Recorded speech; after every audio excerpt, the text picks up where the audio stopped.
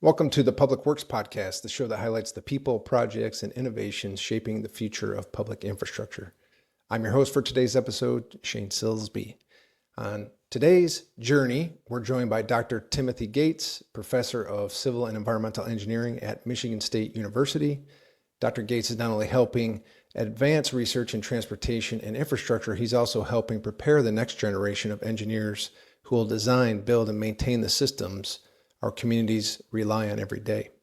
In this conversation, we'll talk about his journey from engineering student to professor at his alma mater, the evolving landscape of engineering education, and the challenges and opportunities around workforce development in the public works and infrastructure industries. We also explore what it takes to prepare future engineers for real-world challenges facing our infrastructure today. So let's get into it. Here's a conversation with my former classmate at Michigan State University many years ago, and that's Dr. Timothy Gates. Hope you enjoy this episode. Thanks. Welcome back to the Public Works Podcast, the show that highlights the people and innovation shaping our industry, public works, the workforce, services, all of that. I'm your host for today's episode, Shane Silsby. Today, we're joined by someone who's helping shape the future of those working in the industry, and that's literally by educating the next generation of engineers. Our guest today is Dr. Timothy Gates, Professor of Civil and Environmental Engineering at Michigan State University, my alma mater, which also happens to be Dr. Gates' alma mater, and so it's kind of exciting to be able to chat with him today. We're going to talk about his journey from student to professor, the current state of engineering education, workforce development, challenges, and what it really takes to prepare the next generation of engineers for careers in infrastructure and public works. And with that, Dr. Gates, welcome to the show. Well, thank you, Shane. Appreciate it. Yeah, how can I refer to you today to respect your title, but be conversational? What shall we call you? Just call me Tim. Doc, what do you want? Tim? Okay. Call me Tim. All right, we'll do that. We were college for little students for a little bit there. We were talking about that earlier, which is kind of funny now, 20 plus years later, to come back and you're in the front of the room when you and I used to be in the chairs, which is cool. Let's start at the beginning there and talk about that. Was there a particular moment or influence that kind of first sparked your interest in engineering or civil engineering in particular? Yeah, it all really started my junior year of high school when we had to do like a career exploration. One of my dad's friends was a structural engineer. I think he was working out of Grand Rapids. And so my dad arranged so that I could interview him as part of, that career exploration project. I really liked physics and math. I liked the idea of being able to see what I was designing. And the whole aspect of civil engineering, which at that time I only really realized included structural engineering, because that's what most people think of when they first hear civil engineering. I really thought that was a great career path, career opportunity, again, because it gave me the ability to see what was being designed and built versus something like, say, electrical engineering or chemical engineering, a little bit more like abstract or theoretical in nature, where you're not actually seeing it. I'm generally a visual learner, so I like that aspect. I also like the aspect of having a balance between desk work and outdoor work. I didn't want to be chained to a desk all the time. And I knew that civil engineering, because we're building civilian infrastructure generally, that we're able to get outside and manage those projects and watch them get built. So I really like that aspect of it. That was what sparked it. I went into MSU. My parents were MSU grads. I grew up within an hour of Lansing. MSU was in my blood. And so that's what took me to MSU. Actually, believe it or not, I started out as an environmental engineering major because that was really kind of a hot topic at the time. But I immediately switched to civil when I realized that I liked physics a lot more than chemistry. I went the civil route and I stayed the civil route. Yeah, was kind of the same thing for me with civil engineering. Wanted to be able to see and have more of a practical view of the end product. Mm-hmm. I see how that was probably helpful for you in choosing that. But how did your path going from student to now academia and being a professor, how did that work? And I know you kind of went maybe to Texas for a little bit, came back, or Wisconsin. Yep. So tell us a little bit about that journey. Yeah, so I did both my BS and MS degrees in civil engineering at MSU, and we overlapped there. When I was doing my MS degree, you were also doing your MS degree. After graduation there, I took a research job at the Texas Transportation Institute, which is a part of the Texas A&M University system. That was a really nice gig because I was able to work full time as a researcher, but it also gave me the opportunity, if I wanted to start a PhD, I could start a PhD there from a really well-respected university. I learned a lot about transportation research. I really enjoyed the job, but having grown up in Michigan, I was really looking to get back to the Midwest. I was there for 3 years working. An opportunity opened up to pursue a PhD at the University of Wisconsin-Madison, and I jumped on it. And I was there in Madison for 4 years, did my PhD. I got married there. Madison holds a special place in my heart, even though I still root for the Spartans whenever they play head to head. But also, while I was at Wisconsin, I really didn't have much teaching experience. I did a little bit of TA work when I was in my master's degree at MSU, but at Wisconsin, I had the opportunity to teach the 300 level traffic lab sections. And I really enjoyed that. That was really what hooked me on to pursuing a professor job upon graduation from Wisconsin. Oh, that's cool. And what was your kind of moment, your welcome to professorship moment? You're up in front of the class. You used to be in the seats, now you're speaking, and you want these folks to listen to you. And you probably thought before, like, well, this professor could have been more interesting, or this professor could have done it that way, but now you're trying to do that. I had really good mentors when I was at MSU. One of the things I haven't mentioned yet was how I ended up in the transportation side of things. And that was a large emphasis of MSU's civil engineering program at that time. They had a very large transportation group, plenty of classes, plenty of research, plenty of good mentors. As an undergraduate student at MSU, the first course that I took that really hooked me was Tom Malik's highway design class, which ironically, I now teach that same class, same course number and everything, 449 highway design. But Tom Malik had a really excellent way of, he wasn't just a lecturer, he was, and I'm not saying this like to be derogatory, but he was very much a storyteller. He had so much experience with working mostly at MDOT. He had so many practical stories to tell about how and why our highways are designed and built the way that they are.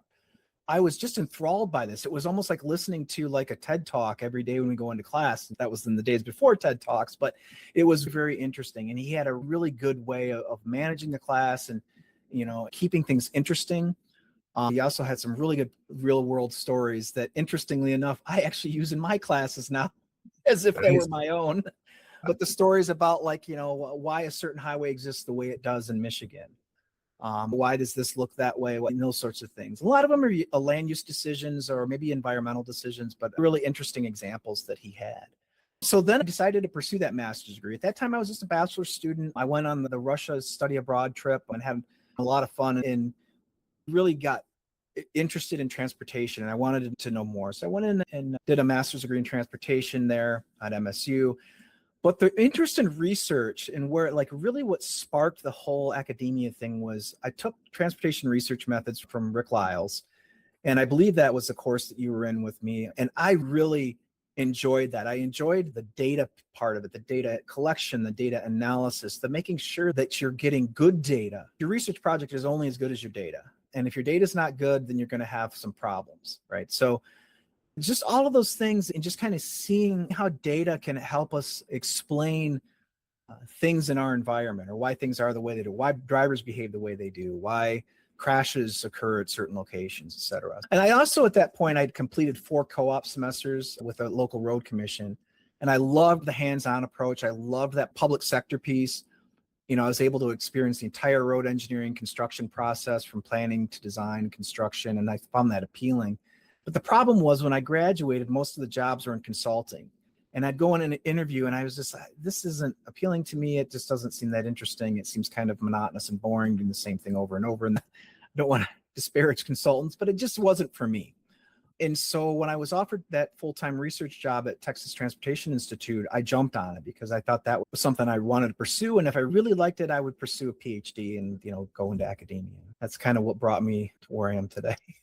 Yeah, that's interesting. A couple of things that reminds me of talking with Dr. Malik on that highway design class. I remember talking with him during office hours when you had a discussion. It's kind of back to that storytelling thing you mentioned, where he would try to relate it to what would happen, you know, in the real world, or when you go outside and try to actually build a project or whatever. He was trying to explain how what we're doing now in class, this is how it relates right externally. It wasn't all just scientific. It was somewhat practical, which I enjoyed talking with him. And then that reminds me, when you talked about Dr. Lyles, when I was doing research assistant for him is like a job. And the type of boss he was is just get it done. I don't need to hear all the details, just get this thing done. So that's kind of the practicality, I think, too, of Michigan State. It's like, do what you got to do, Right. get it done, right? Let's go. I thought that was cool. You talked about how you ended up in academia. You saw some opportunities on the consulting side or whatever, but you took this route and ended up back at MSU. I think you probably like that because you've been there some time. And so I wanted to talk to you about that. Teaching at your alma mater, you and I were there, but now you're back. What's that experience like? You wore the green and white as a fan, but now you wear it also as an employee, right? Right. Well, How's that work? it's very rewarding. It's a very rewarding experience. And I look at it as being able to give back to the place that gave me so much and kind of set me on my way. Back in 2015, I walked in to teach CE 449, highway design, Tom Malik's class for the first time, my first semester at MSU. And I was thinking how crazy it was that I'm filling Dr. Malik's shoes. And those, of course, are very large shoes to fill. I had similar feelings when I eventually taught courses that Dr. Taylor taught or had developed and Dr. Lyles had developed. I'd learned so much from each of them and I'd held them in such high esteem. In addition to the excitement of fulfilling a longstanding dream, it was also a bit intimidating. And also crazy is that, here I am now, I'm a colleague of people that I'd taken classes from, Dr. Butch, Dr. Chadi, Dr. Bellotti, Dr. Wolf. And I would find myself occasionally referring to them as Dr. So-and-so instead of by their first name in a more collegial environment. My first year after that, I kind of settled in as being one of them. Yeah, it was really, I call it living the dream. I feel fortunate. I feel lucky to be able to be back at my alma mater teaching. That's great. Yeah, awesome opportunity. Since you were able to do both as a student and now a professor, from your perspective, how has the university or the engineering program changed since you were a student?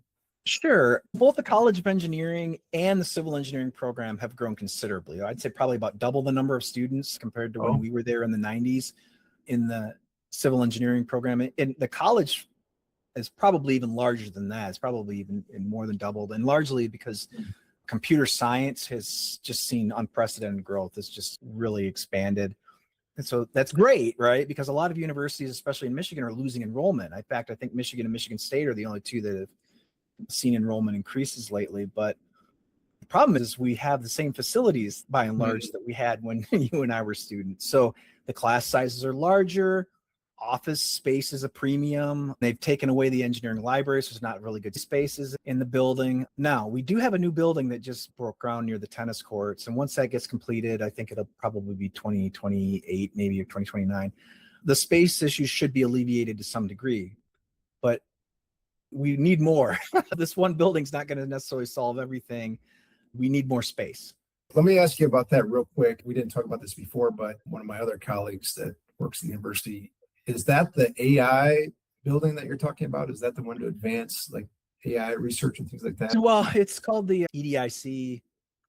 It's like Engineering and Digital Infrastructure, I believe is what that stands for. I probably should look that up. But I can tell you that it's mostly going to be computer science and data science. Civil engineering's we're not moving our department over there. And I doubt that we will have much in that building. Computer science related programs will be housed in there. That's all right. I just heard about it this week, but it speaks to, the changing pathways of engineering or the expansion of that. Yeah. I want to talk to you about that too, as we try to discuss the current state of engineering education.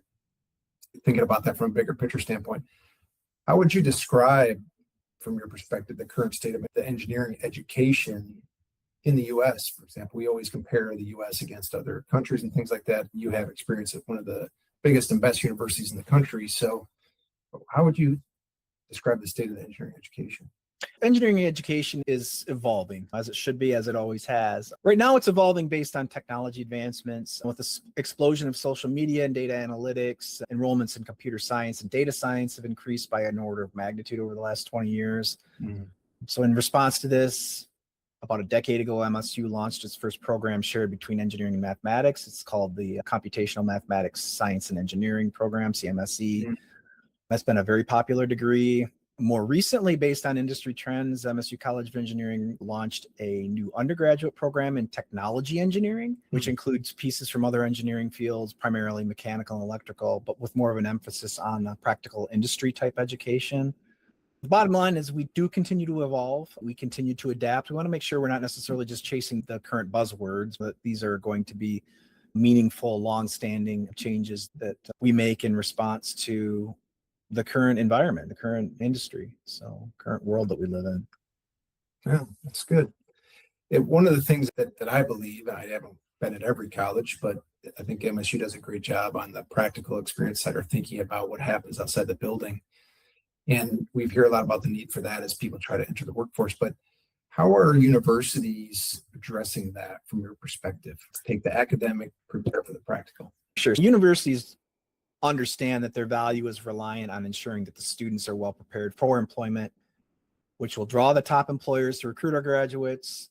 That keeps the students happy, but also keeps the employers happy with their graduates. So it's this two-way thing. We want to make sure that we are preparing our students well so that employers are getting the students with the skills that they need, but also that their students have opportunities are put in front of employers at these recruiting fairs, et cetera, that are desirable for the students as well. To keep this balance, we regularly seek feedback from employers and students. We engage with employers in many ways, including our department advisory board, which is made up largely of alumni. We meet with them each semester to discuss what do we need to be doing in our programs to help better prepare our students. We also have a corporate partnership program, and those corporate partners are donors to our department that help support student travel to competitions and conferences and things like that. But we also provide those corporate sponsors with some classroom engagement opportunities. So they might be sitting in on a project panel for senior design, or as part of our exploratory engineering course where we give a presentation to freshmen. And we have some corporate partners there. We have some juniors and seniors there to talk about life as a civil engineer and life as a civil engineering student at MSU. We do quite a bit of engagement. Of course, we know that co-ops and internships are critically important because that helps our students get in with employers, helps them understand if that's something that they want to do for a career. Maybe it's not something they want to do for their career. Finding that out at the co-op level and starting co-ops early, really a good experience and something that we encourage. When I do a show of hands in my senior highway design class, I would say more than 90%, probably closer to 95+% of students have completed at least one co-op or internship in a field of interest, something dealing with civil engineering. But the ways that we engage with our students on the way out the door is we do an exit survey, and we do it for credit in our capstone course. It's a fairly extensive survey, so we do it for credit, but we try to capture long-term feedback as far as what students are getting out of our program, what students would like to see, do they feel prepared for the FE exam, all these things, right? What teaching styles did they like, what didn't they like, that sort of thing, what are their opinion on the computer lab. So all of these things we get from that senior exit survey, and we track those, same survey year to year. Much of this stuff is done as a part of the accreditation process too. So we are accredited on a 6-year cycle. We do have to have engagement, the feedback cycle, both from our students and then also from our alumni. It does obviously become a little bit more difficult to engage with our students after they graduate, but we are planning to launch a survey of our alumni to try to get feedback 5 years out, 10 years out, et cetera, et cetera. Sure. Obviously, that's a little bit harder to track people down. Right. Well, once they have a job, that's great. But Yep. This is all about your efforts in universities and others to develop that workforce, right? Workforce development buzzword. But that's because the industry, I think statistically, it has a shortage. But from your perspective, how serious is that challenge for public and private sector employers trying to get good engineers or folks to enter the infrastructure, public service, public works industry? Yeah, that's a great question. We do know that there's a challenge, right? So that workforce gap, workforce shortage is a problem. It's a real problem. We've been in a good economy for quite a while. Our enrollments have grown, certainly, but there's still an unmet demand in the public works industry, especially for civil engineers. Our corporate partners are frequently commenting that they need more entry-level engineers. Infrastructure, primarily transportation infrastructure, provides the backbone for a healthy economy. So lack of public works engineers can really stunt economic growth and advancement. We do our best. We do a lot of recruiting, and we try to recruit the best and brightest, certainly, but we just can't get enough. Sure. It's a good problem to have on the academic side. On our side of things, I think it's a little bit more of a problem for everybody when you're in a down economy or in a recession and nobody's hiring. Then you start to have some bigger issues. Well, it's kind of interesting. You talked about the economy. And so for civil engineering, that's key to infrastructure. And infrastructure is one of the only, when we talk about federal, state, local, one of the only federal investments that has a return on that, right? It's a 6-to-1, or on the coast, it's a 13-to-1 for every dollar you invest in that infrastructure back to your economy, especially if you're doing resilience or hardening or sustainability efforts with that infrastructure. So adding directly back to the economy, number one. But number two, it's necessary, right? What other choice do you have than to let everything degrade and the bridges fall down and all that stuff? It's a necessary industry, and it adds to the economy, like you said. But what can agencies or industry leaders or private sector companies do to better connect with those students and recruit those future engineers to help with that workforce issue? Sure. The employment world's a different place than it was when we were looking for jobs 25 years ago, right out of school. The stream of the social media and the internet, things like that, students have a lot more access to tools that help them determine what type of place they're going to, right? Transparency in terms of careers is much broader now than it was back when we were coming out, where it's mostly word of mouth. There are magazines ranking the top companies to work with, et cetera. But new engineers are seeking opportunities for advancement and work-life balance. That's what they're looking for. They want to make sure that they're able to have opportunities for advancement, that it's interesting and intellectually challenging, and also to have some work-life balance. They're also more likely to change jobs frequently to achieve those goals too. So similar to the transfer portal in college athletics, employers are dealing with that now too, where if the employee is not happy, then somebody else is certainly going to poach them, assuming that they're good. Most employers understand this, and they do a pretty good job of centering their recruitment efforts. But I'll tell you, in this strong of an economy, our graduates have far more job opportunities now than, say, during down economies of prior decades.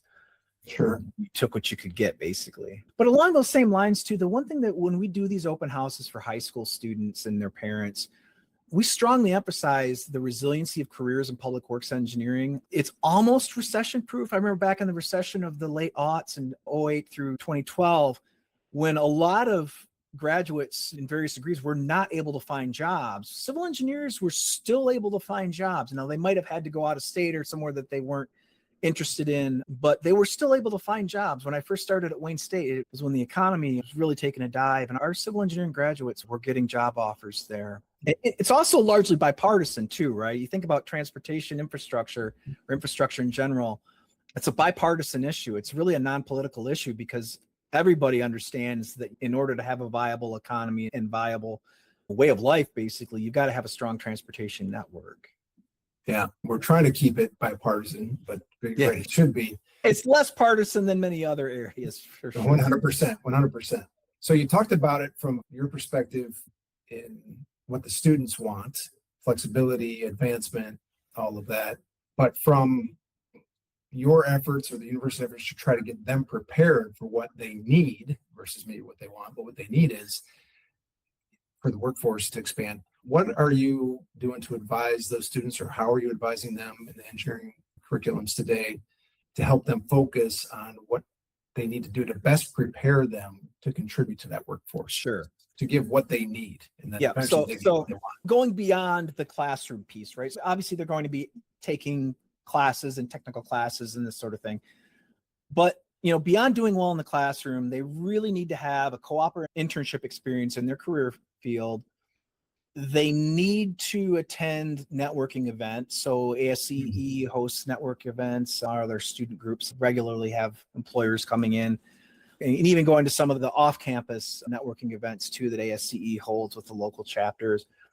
They need to get to know their professors and their peers, because those people may play a critical role in helping them secure job opportunities down the road. But probably the biggest thing is working on their soft skills. We continue to hear from employers that students need to continue to improve their technical communication, both written and oral. That's nothing new. That's something that was emphasized by employers back when we were students. I do strongly believe that having a strong technical writing and oral communication background has helped me succeed. And I really think that's what helps separate two students that have the same GPA. The one that is a better communicator is probably going to get a better job and have more opportunities for rapid advancement.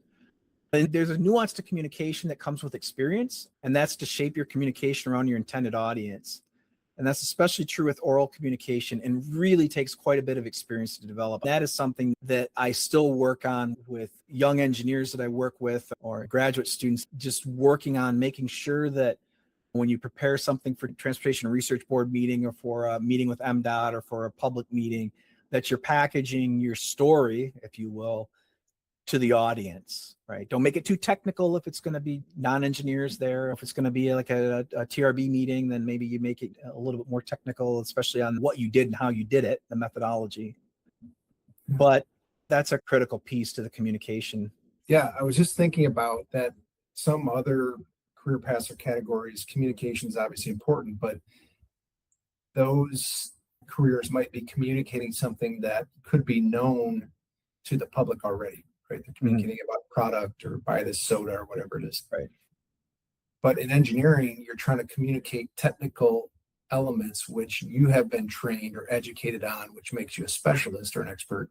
And it is technical for a reason, right? It's designing things and making sure stuff stands up to pressure and longevity.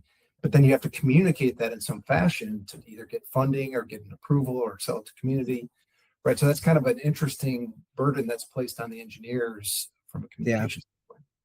And I tell you, where I've really learned to polish those skills is doing expert witness consulting, working with lawyers basically who are very sharp at what they do, but need you to be able to convey it to them and of course to judge or in a deposition or whatever, so that it's understandable. It doesn't do you any good if you know what you're talking about, but it's not understandable by those people.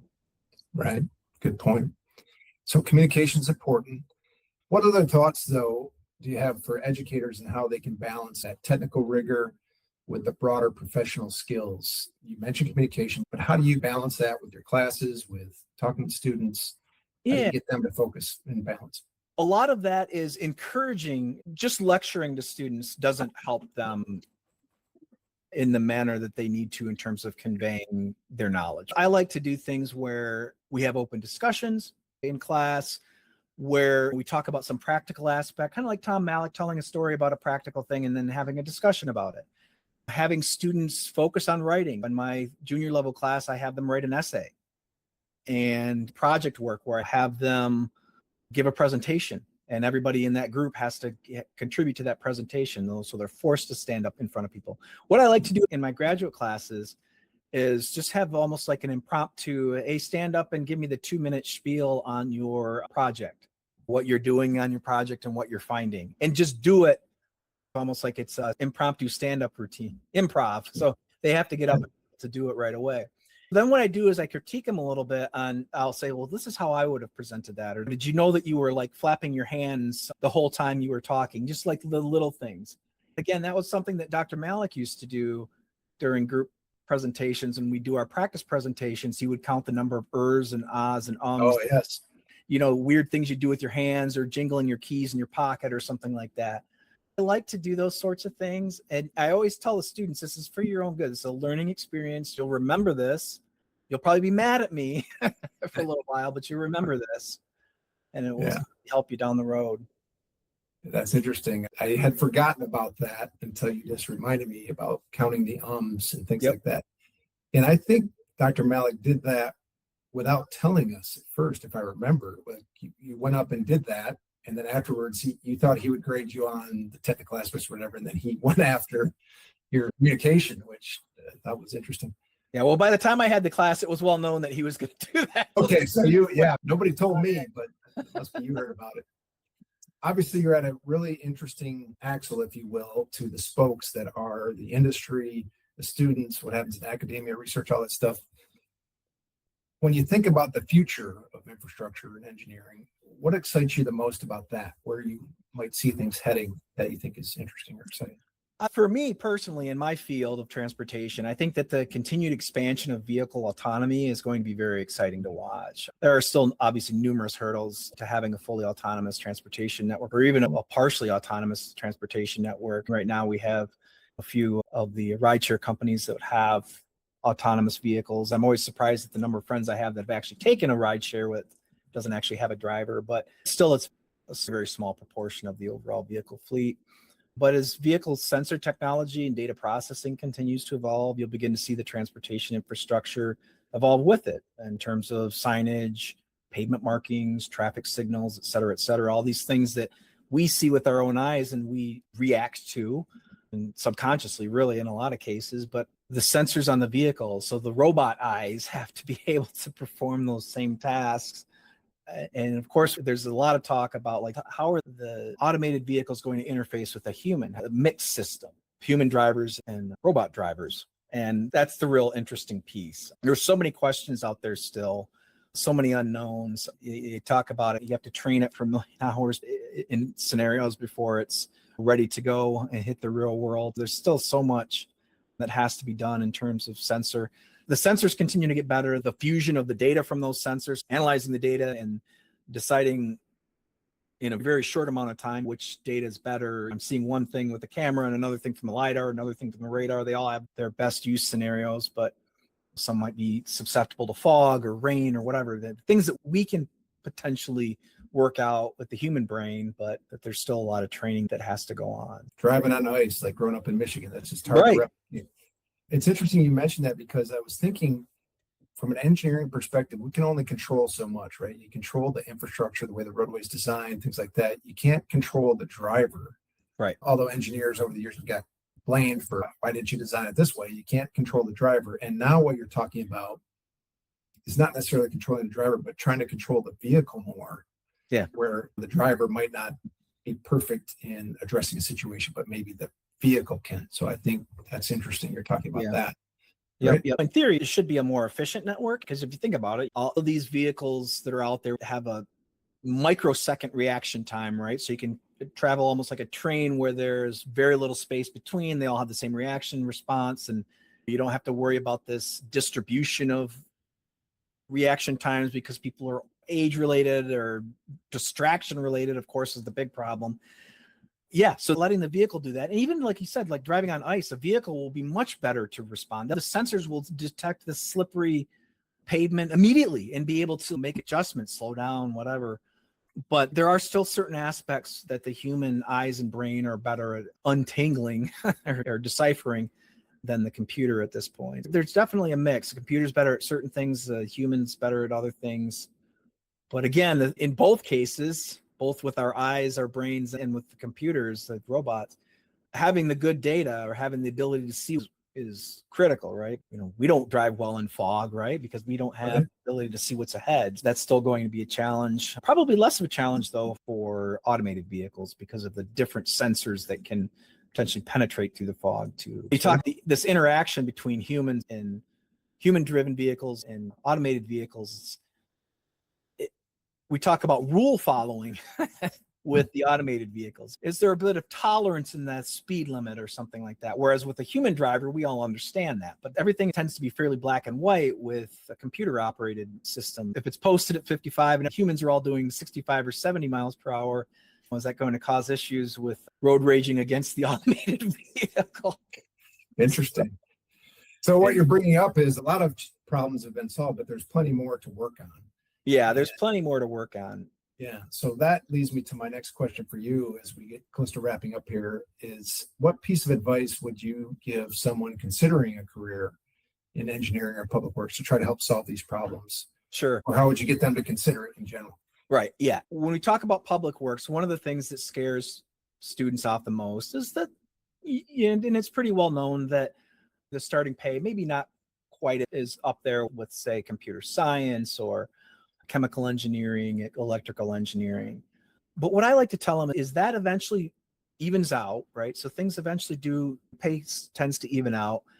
It's also very, like I said, it was very recession proof, recession resistant field, because there's always infrastructure. Even if we're not building new stuff, especially in a state like Michigan, there's always infrastructure to be maintained. And I kind of like to also think of it as an honorable career from the standpoint that you are building infrastructure that exists in the public domain for people to use. I like that aspect. Like I said, when we recruit people, we try to make sure that we convey all of this. You know, if I was to give advice to those students, I'd say give a long look to civil engineering, especially if you like physics and mathematics. Maybe if you're more into chemical, maybe environmental's the way more the way to go, but I like to steer students that are interested in physics and math towards civil engineering. It's been a great profession for me. It's very old profession. It's an interesting profession from the standpoint that there's a lot of history there. You go to Rome or Egypt and you look at these things that were built by people that did not have nearly the technological resources that we have. So there's that aspect to it as well. And then I tell them, I said, get involved. All those things that I listed earlier, like work on your communication skills, get to know people, obviously do well in your classes, all these extra things that really will help set you apart.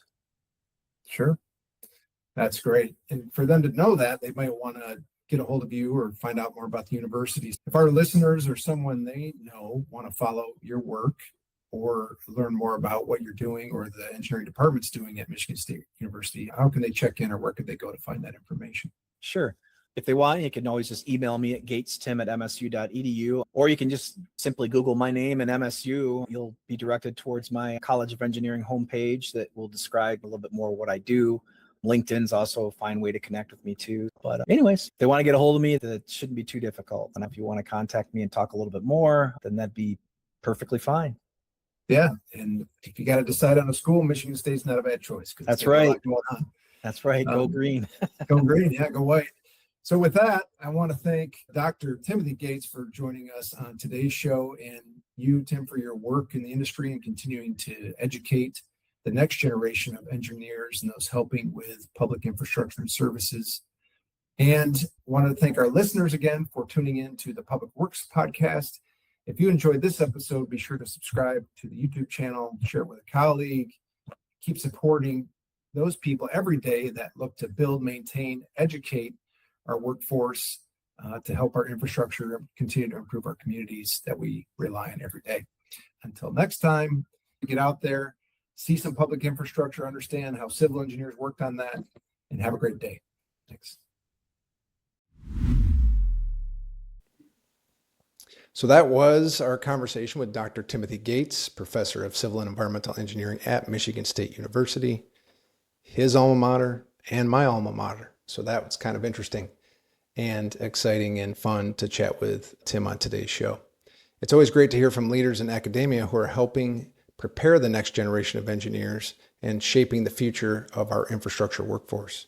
Conversations like this remind us just how important education, mentorship, and industry collaboration are to the long-term success of public works. To Dr. Gates, thanks again for joining the show and sharing your insights. And thank you to everyone for listening to this episode of the Public Works Podcast.